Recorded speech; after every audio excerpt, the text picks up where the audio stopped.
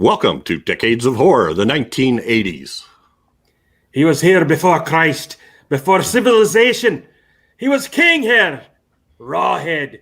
That's what they called him, Rawhead!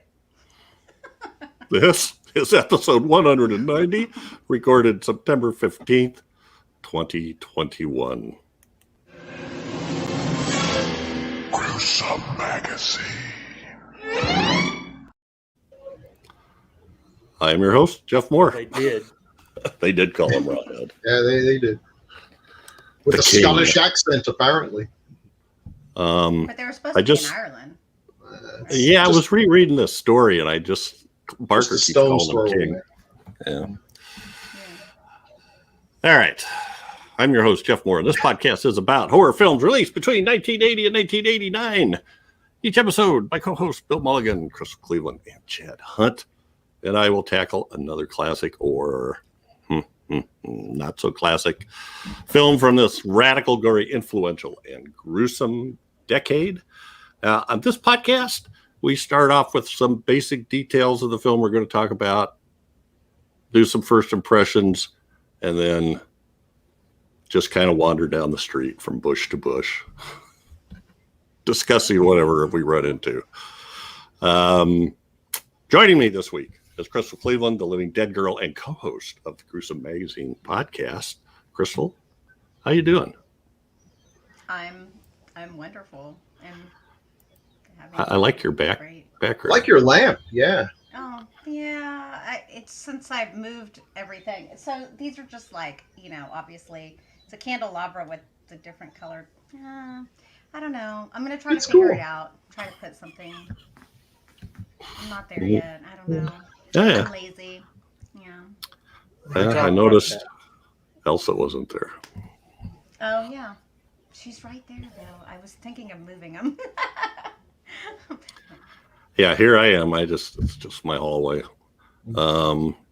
Carefully monitored. Also joining us is Chad Hunt, comic book artist and writer, and co-host of Decades of Horror, the classic era, and the 1970s. Chad, what up? All of them? Is that all of them? And the 80s. It is. Yeah. That's all of them. All of them. They all. call him Mr. Doe for TOH. Don't. Oh. Yep. Okay. I'm good, Jeff. Talking about a Clive Barker project here, so Yeah, well, that's I'm always true. good with that. That's true. Yep. And that, last but not least, is Bill Mulligan, writer, director, special effects guru, co-host of the Decades of Horror, the 1970s, and all-around nice guy. How you doing, Bill? I'm doing all right. As you see, I've arranged some of the cardboard boxes in back. I'm not sure if we're going to put that cardboard box over there or over there. So got a lot on my mind. What do they call those things when the people get to take their pet on the plane? My support. My support mule. I see my your emotional cat has support its. emu or something. I see yeah. your cat has its support person. Yeah. That's absolutely right. I love it when people bring these completely inappropriate animals on an airplane, like a peacock or something. And it's just Octopus. yeah. An octopus. I can't bring on my luggage if it's like this much over the size limit, but they've got an emu. How does that work? That's a good question. Well, with the octopus, they have to carry the whole tank on. Oh yeah, and it's getting into everything. Yeah. No, it falls out of the overhead compartment. Puts its seat back all the way onto me. It's inconsiderate. And then there's the getting octopus damaged. Yeah. And that's why I don't fly much anymore. because of all the octopus. Molly. Yeah. Yeah. Obviously. Other than Well, that, they I'm have to fine. make the seats so small for all the animals. They have room. Yeah. All right. Our movie this Oh, week there he is. is Rawhead Rex. What's Release- with the dent in his head? It looks like someone kicked him in the side of the head. I thought this was it's- Clarence the Cross-Eyed Lion. A Pretty temporal, much. Yeah. I don't know, accent. So this was directed by George Pavlou, written by Clive Barker. Cast includes David Dukes, Kelly Piper, Ronan Wilmott, and Heinrich von Schellendorf. Filming locations kind of all around County Wicklow in Ireland. Filming dates, it was filmed and released pretty fast. The film dates in IMDb say, I think February 1986. It doesn't give a range. And the release date in the UK is March 14th, 1986, but not until April 17th, 1987. And then not too long after that, VHS and Laserdisc were released. The budget was £1.5 million, which comes out to around $2 million. Synopsis: an ancient creature called Rawhead is awakened from its slumber near an Irish village and goes on a rampage, killing anyone in sight. His name's Rawhead, and he wrecks things. He's Rawhead Rex. Yeah. I had a lot of different slides on here. I had one of a hand holding a decapitated head. Mm-hmm. I had one of a woman with a bunch of CGI streaks around her holding a little rock up in the air, but I decided to go with the head. Oh, no, that's a good one. No, that's good. And almost any picture you have of him, he's got the same expression. Pretty close. Yep. Pretty Yeah. close. Okay, so this, interestingly enough, it's hard to find posters for this. Well, I don't think it got much of a theatrical release. So, Yeah. Yeah. You find lots of cover art for different VHS, etc., but not much. And And it definitely gives the monster away. I mean, this movie knows its only drawing power is. Well, that was it. The first 5-10 minutes, the monsters. Yeah, he's there. There he Yeah, is. Matter of fact, that poster up the top there's the first scene. Yeah, Him bursting through the ground. So, Yeah. but yes, they got the monster out there right away. they got him, man. Okay. Let's move right to taglines. And again, not a lot of them because there wasn't a lot of posters. Chad, how you feeling here? Okay, I'm good, Coach. Put me in. Go for the It's like, tagline. good, They're not good. Good. He's pure evil, pure power, pure terror. Wow. Pure. He's pure. Yeah. They got Paul Lynde to do the voiceover. That's great. That's why I'm in the center square. Okay. He's pretty pure. Someone has awakened him.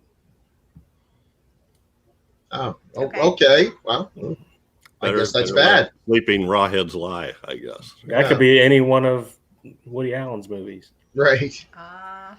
Oh, He lives again to feed again.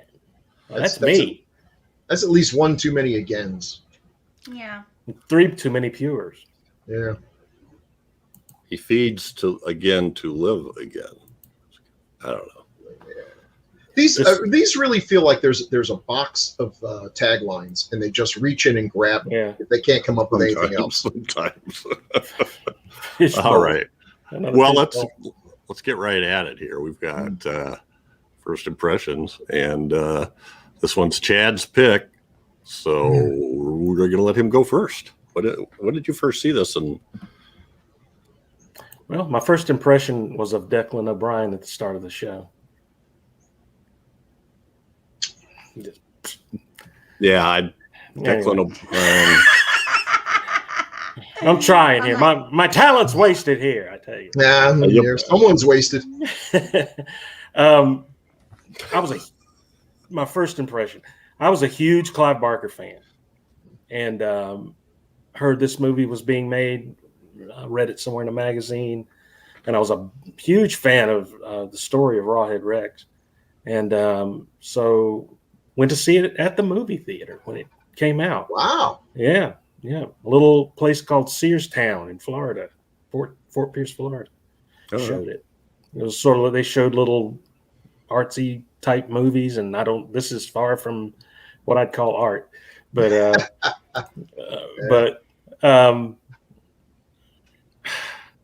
if I had seen this before I read the story, I would probably go, this is the most awesome thing I've ever seen. Really cool, a cool monster, and and the age that I saw it. But the first impression was it's different from the book in a lot of ways, or from the story in a lot of ways. It's not how I envisioned Rawhead to look, which we'll go over that later. But having said that, I really like watching this movie. No, it's not good. It's not good at all. But it takes me back to when I first saw it. Every time it comes on TV or I watch it for this, it takes me right back to that era where I was, you're with your buddies and you just go see a cool monster movie, and so that's why it holds a kind of a place in my heart. Not really because it's that well made or well put together, but it's, to me, it was fun because it brings back good memories of watching it. So my first impression was, I love it, and I still do. Excellent. And that's my story, and I'm sticking to it. That's the name of that tune. There's Elsa. Oh, there she is. Where'd she come from? I did it when you put up the poster. Ooh, sneaky Pete. Yeah. Look at her. Jeez. I pick my nose when I do that. I could be doing something functional. I mean, she's just sitting there, but she looks perfect. Okay. Yep. Perfect. She does. It does. It helps for sure. But okay, so the first time I saw this was today. Literally today. I really love this movie. I don't know. I'm a huge Clive Barker fan, so this doesn't feel anything like,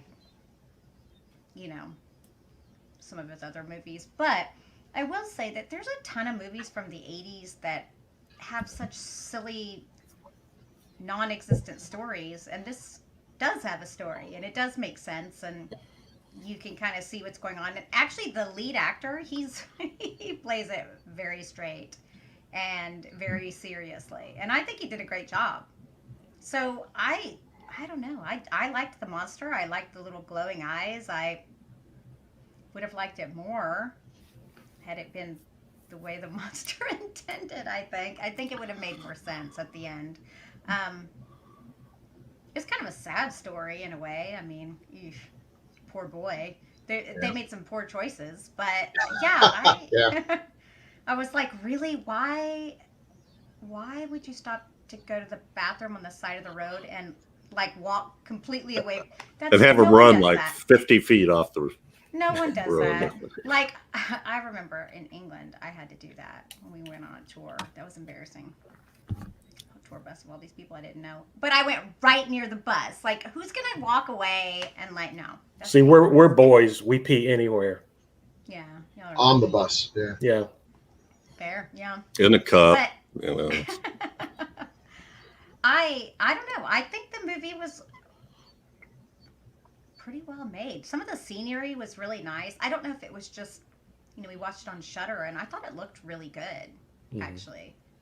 A lot of the movies from the 80s and stuff, like the editing is weird, and it didn't have any of that. I mean, of course, we didn't have any, ADR and translation issues and stuff, but I don't know. I liked it. But I love Clive Barker. I'm pretty much obsessed with him, so. Yeah. Okay. Yeah. Me too. It makes more sense if it was done the way it was intended, I think. And I think it would feel more Clive Barker if it actually had, because it would make it a little weird and uncomfortable. And I think that's what. Well, he doesn't have much of an excuse. He wrote it. Yeah, but I think he's got an excuse. Right? He wrote it and they ignored him. Yeah. Okay. Well, let's hear about that, Bill Mulligan. I'm going to be the skunk in the garden party here. So I'm kind of like Chad and Crystal in that I love Clive Barker. I actually got an autographed book from him. I was living in Denver, I think, when I saw this movie. And he's great. At the time, he would also give you a sketch. He's a pretty good artist. Mm-hmm. And he would give you a sketch and talk to you. It was really, really cool. I love this story. So when I heard they were making the movie, I couldn't wait. Didn't come to any theaters, but I got it as soon as it came out on videotape. And like Chad, watching it now also takes me back to hating it the first time I saw it and hating it now that I've seen it again. I can't stand this movie.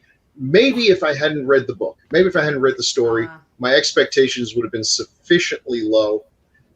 But I don't know. He's a big, goofy Guar reject. He's cross-eyed. He can open his mouth wider, but he can't really close it. So the victims have to sort of rub their necks up against his open mouth. He just picks people up and pushes them against trees. There's no good fight choreography.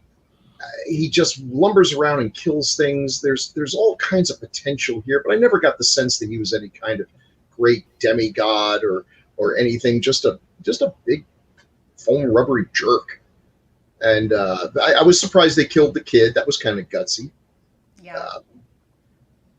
But the priest is the guy who's playing the priest is swinging for the fences. He's really overacting, which is kind of cool. I like that. And the guy playing the hero is sort of underplaying it. He seems, I don't know, insufficiently upset that one of his kids got killed. I kept thinking maybe the kid was alive because the parents weren't as upset as I think they ought to be. But I don't know. It's low budget.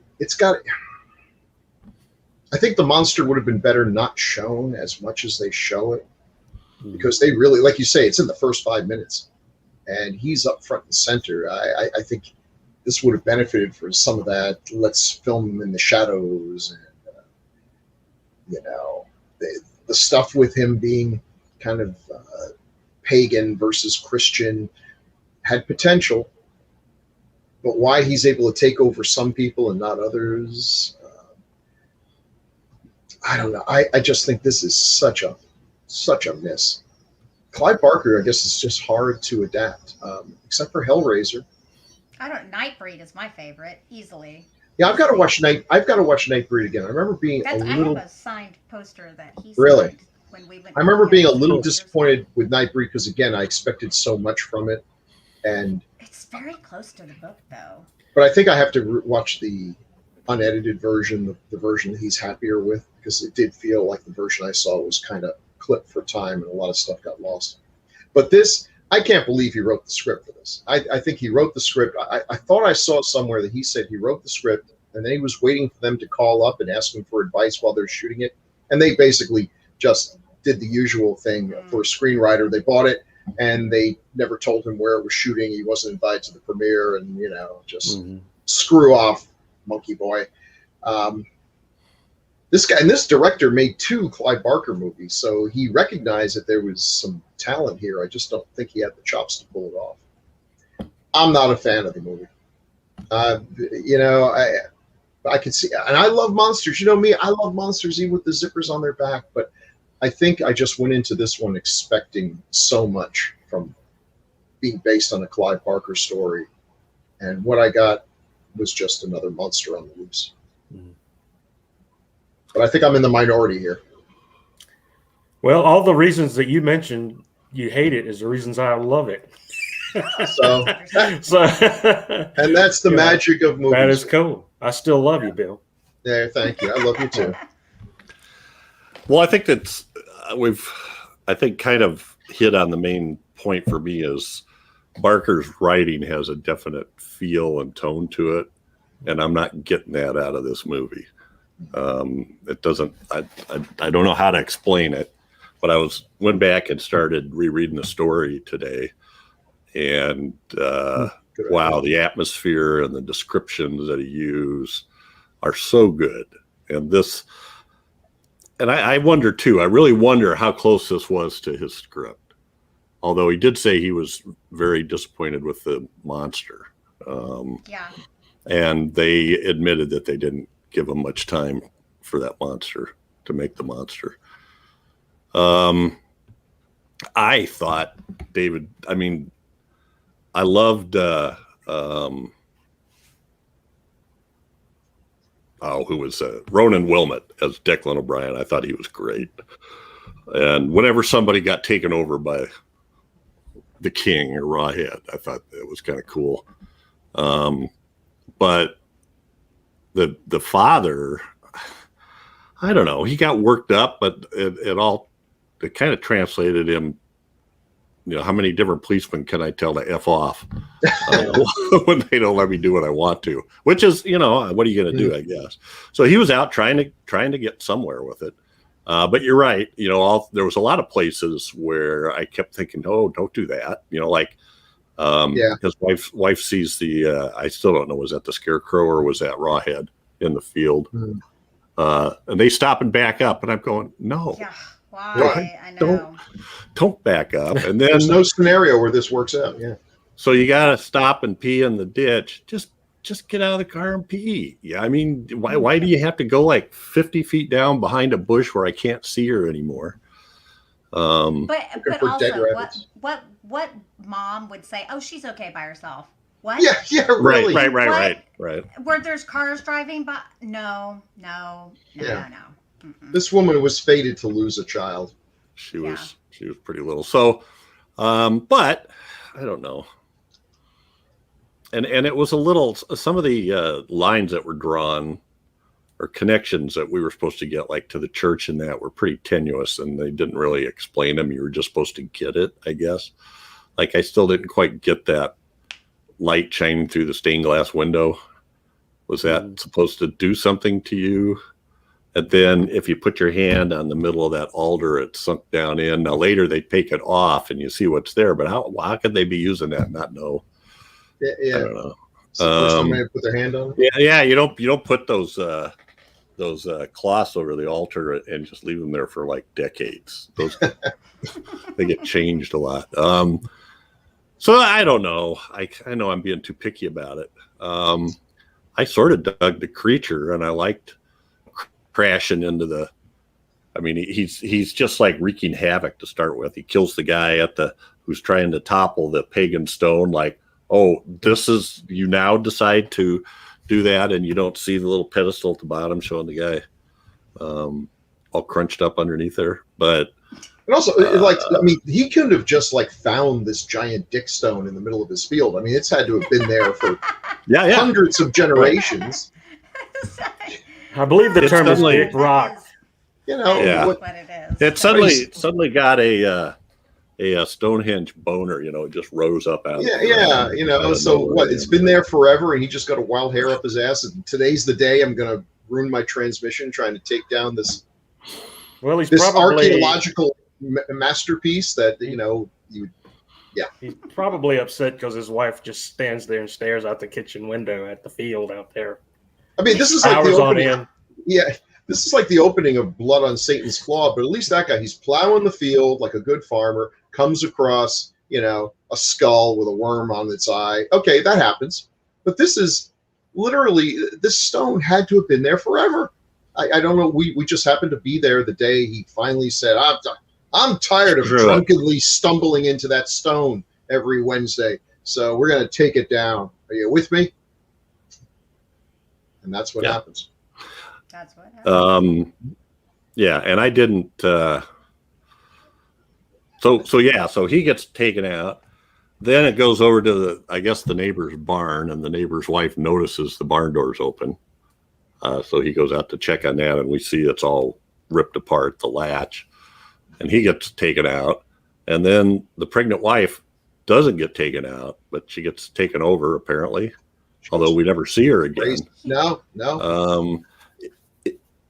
I think there's something in the story. There's a thing about like the first person he goes to is having her period, and that's what he won't touch them if they have their period. But as far as I got into it, they didn't really explain. Yeah, I thought that was the thing that the stone that finally puts him away is like a fertility goddess. So I guess for being pregnant, because he's like a symbol of death and she's a pregnant woman. But boy, you would have had to have read the short story to glomp anything out of that. There was no connection. Had the monster been more phallic, I think it would have made more sense. Yeah, it would have been It would have been a lot more obvious that it was specifically a male energy. Yeah, he went far more ogre-like than. Mm-hmm. And while that's a cool idea, and the comic, Chad found the comic did a much better job of that. Let's face it, people would have been giggling their ass off if we had a giant phallic monster running around. I think it could have been subtle enough, though. I don't think these guys would have made it very subtle. I don't think subtle. when is you in their see that, repertoire. yeah. Yeah. So this is what we got in the movie. This is what we got. I mean, it's still cool. I Yeah. like it. Don't get me wrong. And there's Goofy and things- cross-eyed. There's things they got right, and then there's things they got terribly wrong. Right. The head and the huge maw, the huge mouth, is indicative of Rawhead. And when you look at the prosthetic head here, or the fake head here in the middle, it somewhat looks like a phallus. Somewhat. I don't know what sort of you Man. because of because the hairline maybe. Kind of bald with Maybe. a spray of something coming out the top. Or maybe I'm just used to looking at myself get out of the shower. Yikes. But and Rawhead from the story is this spindly creature, But Yeah. So, yeah. but I don't know. Yes. So this is we were mentioning this.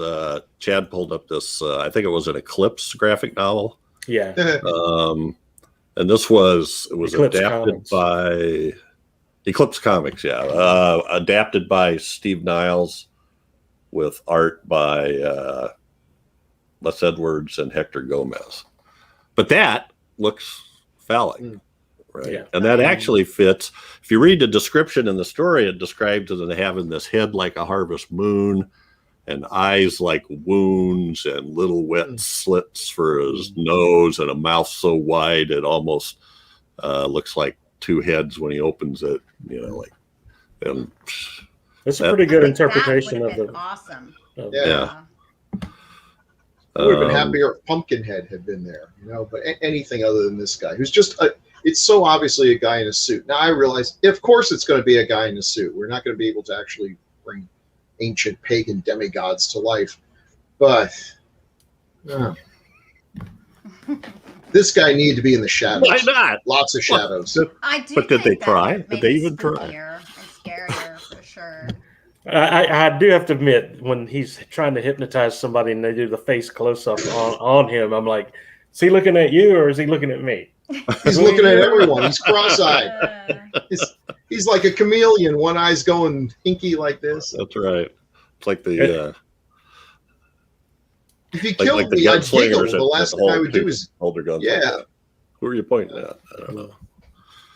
All the kills are from the back, over the monster's shoulder, where you can't Right. see anything, So and you it's can't see that almost his mouth isn't moving. it's almost set up like a slasher movie. Mm-hmm. You keep getting introduced to all these new characters, and they're food for the Right. grinder. And he's Nothing got they- about as much motivation as a slasher. He Yeah. kills because they were home. Yeah, and so it's almost set up like that to me. I don't know if you guys got that vibe from Yeah, it. I didn't get what was his end game. What was Right. his goal to do what? To kill a bunch of people until the cops shoot him? Because apparently that would have worked. I didn't get the sense of him. I didn't get the Rex part. Yeah, what was the part? Well, there was a lot of stuff like that. He was a king. Well, yeah, but we don't really get any. We do get an indication of it, but that's not how he's portrayed on here. Yeah, Declan Like- keeps calling him the king, but he doesn't seem real. And Yeah. In the story, you get into the monster's head. Here, you have no idea what, like Bill said, what's motivating him, what's driving him, but you get little glimpses of stuff, like when he urinates on Declan. That should be this very. What's he doing that for? It's some kind of weird baptism or something like that. Or you could just be watching it and go, he's pissing in the guy's face. And the guy loves it. Yeah. I mean, if you don't kind of know about what's going on, it's. I felt like they lost their nerve in that scene. Like they had something, and they're like, "Ooh, this is like really sacrilegious. Yeah. Let's film it with there's plausible deniability. Maybe there's just a garden hose he's holding in his hand." Yeah. Maybe. Yeah, Something to something I to kind agree. of well, it's give kind an of the indication way, of how powerful he is and how Yeah. we didn't get it. well, it's kind of the way the kills were too. Like you were saying, he dives down on their neck and wiggles his head around, and then later you see them all torn apart with guts hanging out and stuff. Yeah. But we don't see. I guess I'm being morbid in a way, but the gore is a lot of it is after the fact. Yeah, I mean, I think they, hey, these guys made a more successful movie than I ever have, but I just feel like if he gave me a chance to do this, it's like, how about you see him reach down and then you see him fling and then we see guts hit the wall or something. You don't have to show the special effects, and it's low budget, I get that, but show more. I would have also Declan's, like I said, I liked his over the top portrayal and everything, but I think maybe he should have been a little more underplayed too, to take him seriously, because he's just a cowardly villain. He was he's crazy. A couple times. He's crazy, and he's talking smack. Yeah, ha ha ha, talking he smack. Is, isn't he? My master is blah, blah, blah, blah. And then, like, if anyone grabs him, he turns into a sniveling little coward. So again, how does this make Rawhead look all that impressive that his number one guy is like the biggest dick in the village, just a jerk? It would have been kind of cool if this sniveling guy, he wasn't a very pleasant fellow from the get-go, if now under the influence of this creature suddenly, discovers his inner scariness and everything. The cop maybe too, Why does he choose who to kill and who to possess? I don't know. It almost seemed like he was under its control right from the start. We don't. Yeah. Because he was just I don't know. I don't want to say this.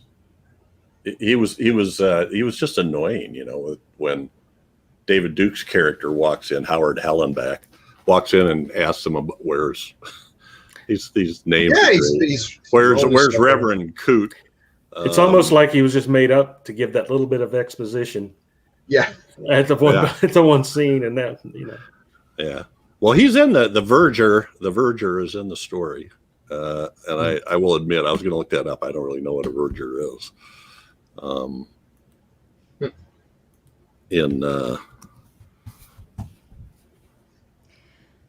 An official in a church who acts as a caretaker and attendant. Yeah, the acting totally distracts from the movie, because in the other better Clive Barker movies like Nightbreed and Hellraiser, there's no one that plays it like this guy here. There's no one that plays it like this. Even David Cronenberg as like the Scarecrow Nightbreed. Right. I mean, he was crazy, but he was like this creepy awesome, crazy. Yeah, and that's what this guy should have been. But he just the director should have actually tone it down a little. Yeah, and I think, because sometimes I think maybe he didn't think he was being so crazy. Yeah, what does he get out of this deal? Is he going to get to be king of the church sweepers? Is he, what?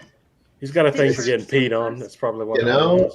Well, that's exactly right. I mean, what does Howard say to him?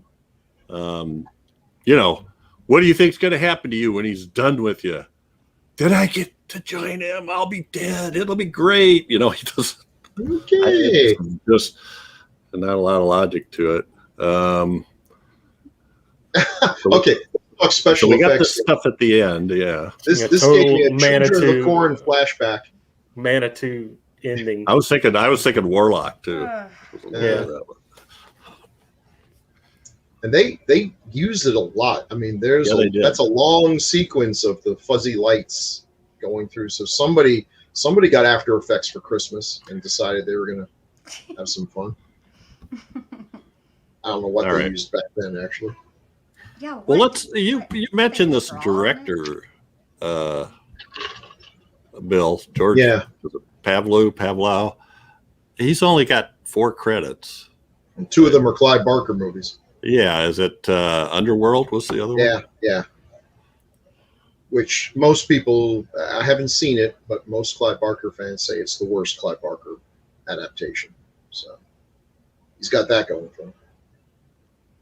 That's actually really sad. But give him credit. He did see the potential in Clive Barker. He may not have been able to realize it, but he saw that there was definitely something here. That's fair. Yep. By the way, I fell onto a podcast, the Postmortem podcast with Mick Garris. Yeah. Did nice. an interview with Barker in April of this year. It's pretty interesting. If you've read a lot about Barker, maybe you know it, but it talks about some something he went through with a kid where it sounded like somebody jumped out of a building or fell some long distance and landed like fairly close to him, like he saw this guy die right in front of him. That'll screw you up. Plus he gets into what does he owe to Stephen King, and calling him the future of horror and that kind of stuff. So anyway, it sounded great, but I didn't have time to get through the whole thing. It's like an hour and 15 minutes. I mean, Barker's a really good writer. He's got some crazy ideas and some amazing visuals, good writing.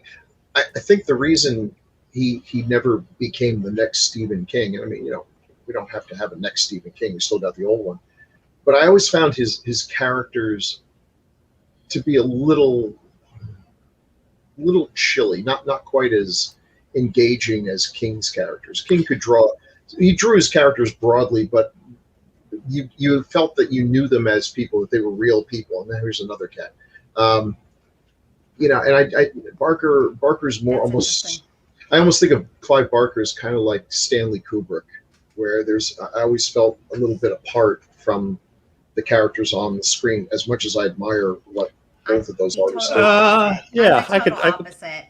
Yeah. Exact opposite. I feel like Stephen King.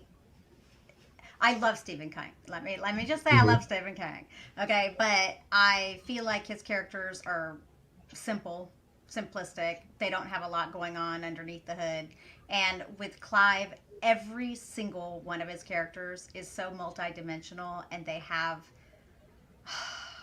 That's what I love about Clive. I love Hellraiser. I love Pinhead. I love that he actually made all these Cenobites as like they were actually people before they ever became, like, just all this beautiful backstory, and they're tormented, and he's a tortured soul, clearly, and he knows what it feels like to be an outsider, and that's what I relate to with Clive, and that's why Clive will always he's just so special to me.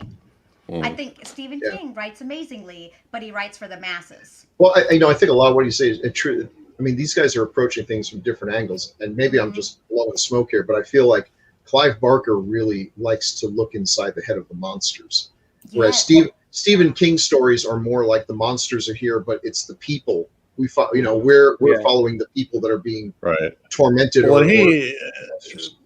I've always felt like King puts us into very familiar situations.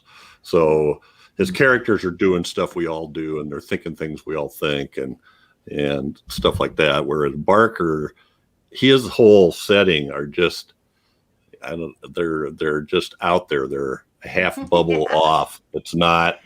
I mean, like the city. The big cube of people that make, I mean, that story has never left my mind. It's just like only Barker could write that. Thank God exactly. How do you write that and make it? So, but we do have, other ones. What did I just see? He wrote. Did he write? Candyman's from a story. Yeah, I don't know if he did the screenplay, but it was. He was involved. Yeah, it just says based on The Forbidden. That was that the name of the story, The Forbidden? Yeah. And then Midnight Meat Train's another one. Bradley with, Cooper. Bradley Cooper. But he did not. Again, it's from the short story. He wasn't involved in the screenplay. He had a weird. Well, it's not weird because it made me a fan.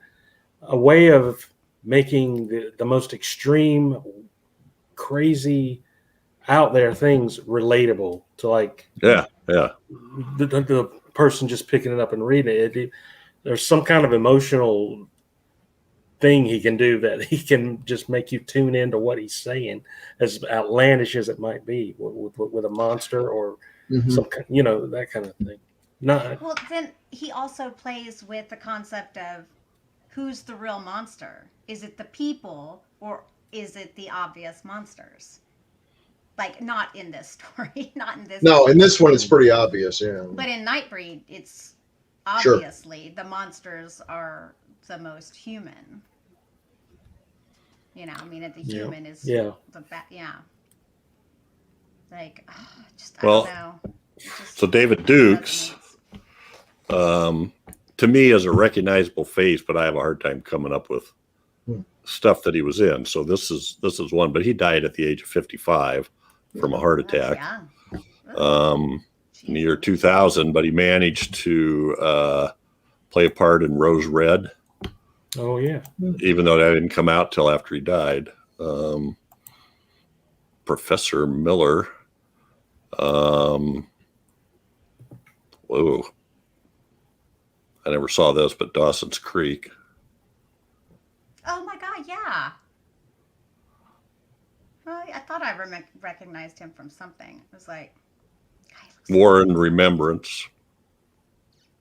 That was the Dan Curtis thing, right? Was it? Yeah. Yes. A modern Alfred Hitchcock presents. So I don't know. He goes back a ways. Winds of War as well. I suppose he played the same character. Wow. Back to 1970, guest star on The Virginian. So just in that, 30-year period, he had 97 credits. So he's a working. Yeah, working actor.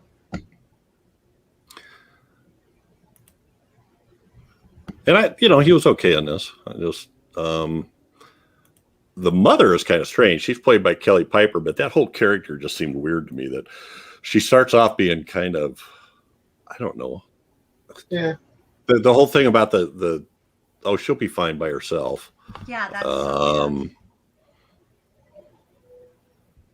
But then she ends up being the savior. She has like 6 credits. So she didn't. Yeah, we were not given any particular reason to see her as being a savior, and really, she's only a savior just because of her gender. Any woman could have picked up that rock and had the same thing happen. Yeah. So that doesn't make her particularly special. This is a woman whose kid's been killed by this monster. We could have shown a little bit of avenging Mama Bear here, but maybe we're finding a curse here. She died in 2009 at the age of 59. Okay, damn, this is getting scary now. Anyway, I do not like it when people die younger than me. Yeah, so and in terms of, there's a lot of, there's a lot of British actors in this. I don't think those 2 kids, did they do a whole lot? Oh, yeah. The guy that played the little boy has 69 credits. Hugh O'Connor, all right. Yeah, right now.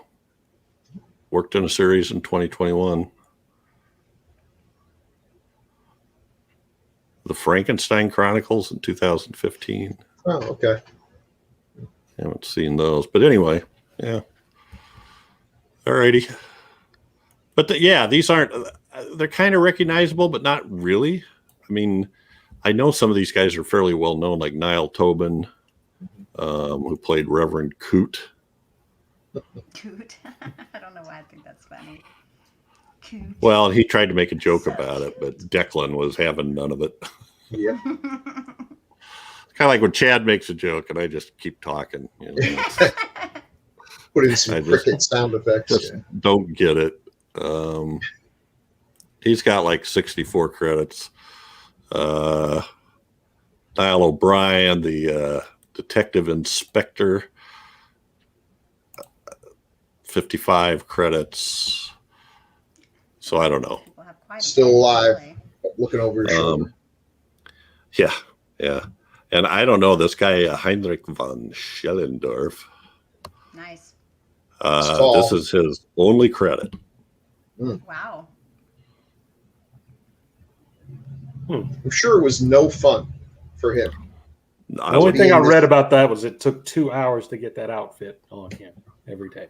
And that's actually a bad sign, because usually when they have like a really elaborate makeup, it's longer, and it's because it was all one piece, which I didn't made think it that, yeah. easier, but it also meant that you know that should have been a multi-piece thing that you could act in Well, and do stuff. this is a silly thing. I know I'm being picky about this, but there's a lot of scenes towards the beginning where we see his feet walking, right? Yeah. And they looked like little feet to me. They didn't look like monster feet. Mhm. You know, they needed to have Little like feet. Frankenstein boots Yeah. on or something They- to make him look. His They hands look were like- kind of pudgy too. They look like a grown-up version of the little gremlin from the movie Cat's Eye that was stealing the Drew Barrymore's breath. Oh It wow! looked like a bigger version of that little guy to me.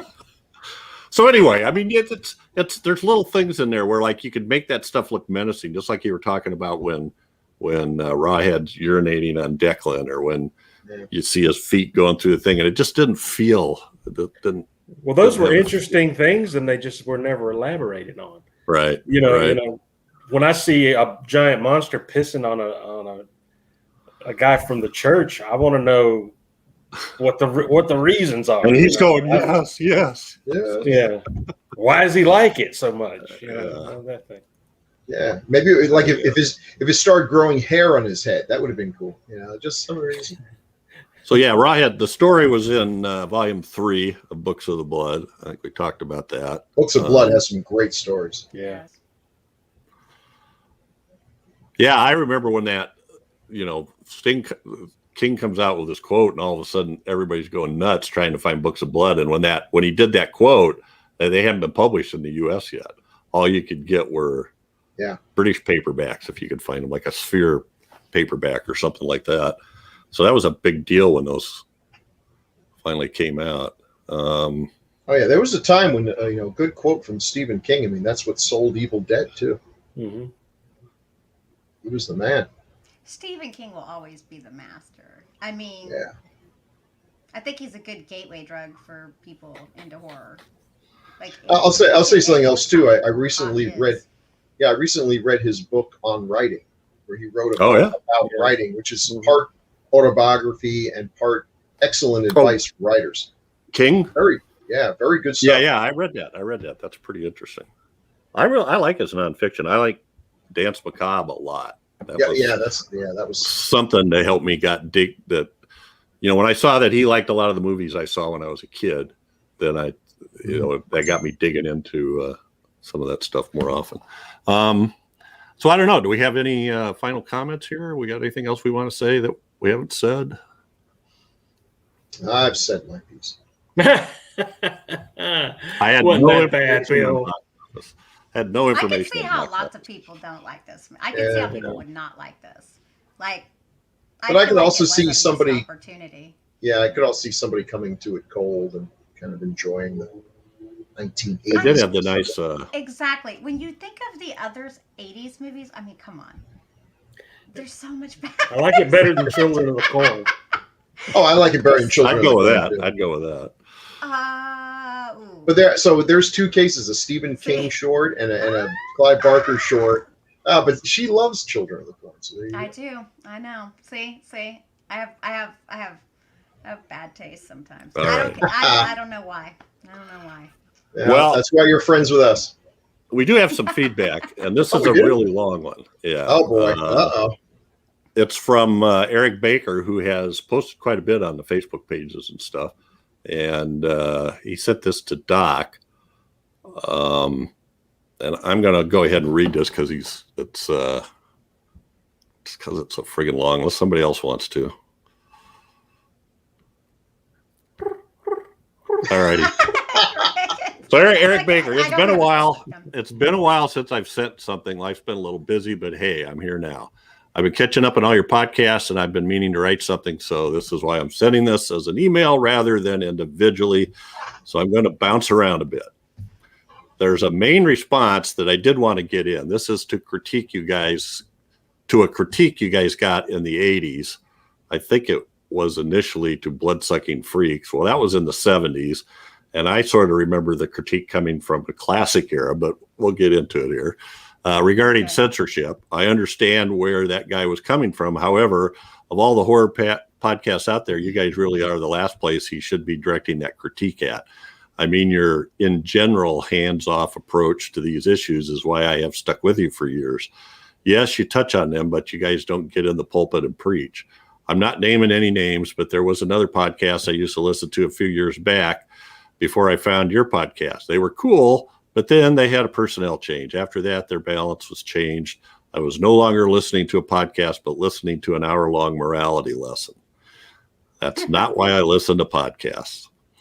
I want to be informed and entertained. Your various crews do that while being respectful of the issues brought up in some movies. So I appreciate that. I wanted to have your back on this item. So thanks, Eric. Thanks, Eric. Yeah. Yeah. Yeah, man. And I do think that was about classic here. And I do remember one of the answers was, hey, you know, we did Bloodsucking Freaks on 70s. How can you say we're against, you know, anyway. Well, I think we even said it over there that, you know, we watch these movies through the eyes where we try to of the time they were made and they're shown. You have to. But when you're otherwise, you'd pick everything. People would just pick these things apart. And people do that now, and I think they're just denying themselves all the enjoyment. Yeah. You know. Well, and when you do, you could ream it if you wanted to, really. Yeah. When it's you not do for stuff, everybody, obviously. when you do stuff pre-1960 and pre-1934, you got to talk about the censorship changes that happen. Yeah. I mean, there's just because even, you know, movies like Island of Lost Souls are released one way, and then 2 weeks later they can't be released, or 2 years later they can't be released that way anymore. Mm-hmm. You know, and they have a bunch of scenes cut out, and so we were kind of complaining about that. And then, anyway, a while back to this. A while back, Jeff mentioned that he didn't like movies with children in them. I think what I said was demon children or something like that. It all makes sense now why there has been no movement on my request for the 80s to do the children. I suggested it a while back. Please, Jeff, reconsider. It is a classic of fine 80s cinema, I swear. It's available on YouTube, added bonus. Oh, I didn't even look on YouTube.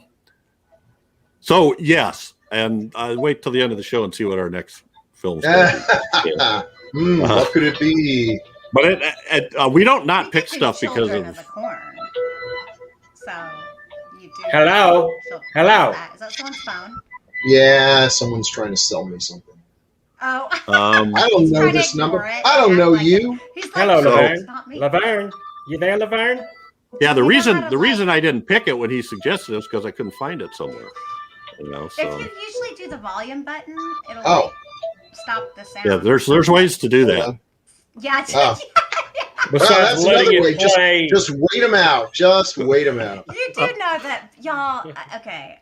But then I'll have the volume turned down, and then my wife's going to be calling me up to pick up an extra kidney or something at the hospital, and I'm going to miss it because I got the volume turned all the way down. It doesn't tell you. On mine, you can turn down your messenger alerts too, so we don't hear them. Yeah. I'm a popular guy. What can I say? Okay.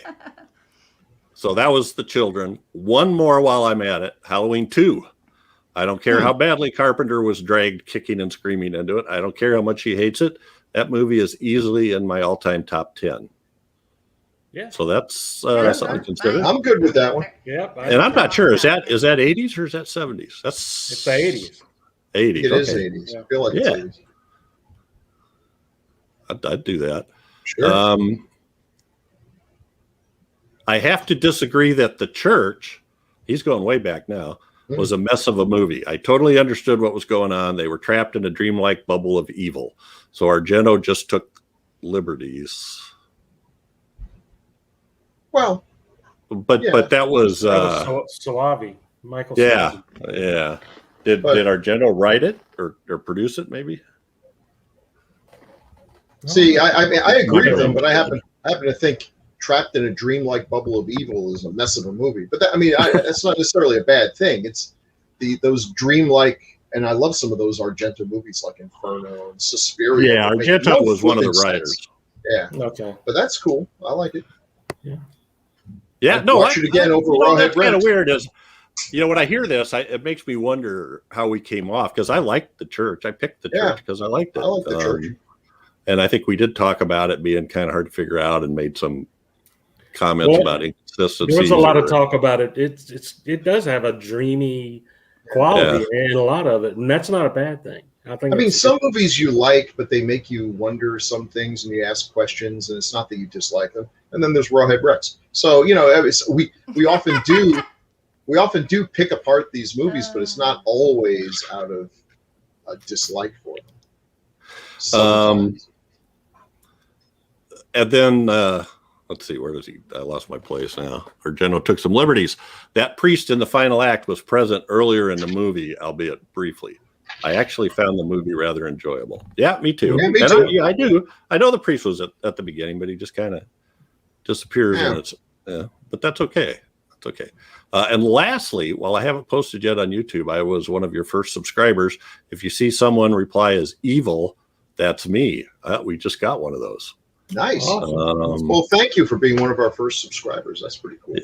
Yeah. So on Classic Era, we'll read it. He made a comment about...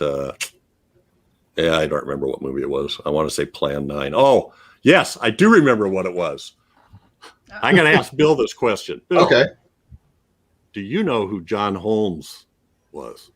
Yeah, he was the porn star with the big wang. Everyone knows that. Crystal speaks the truth. And I know who that is. I can't imagine anyone not knowing this.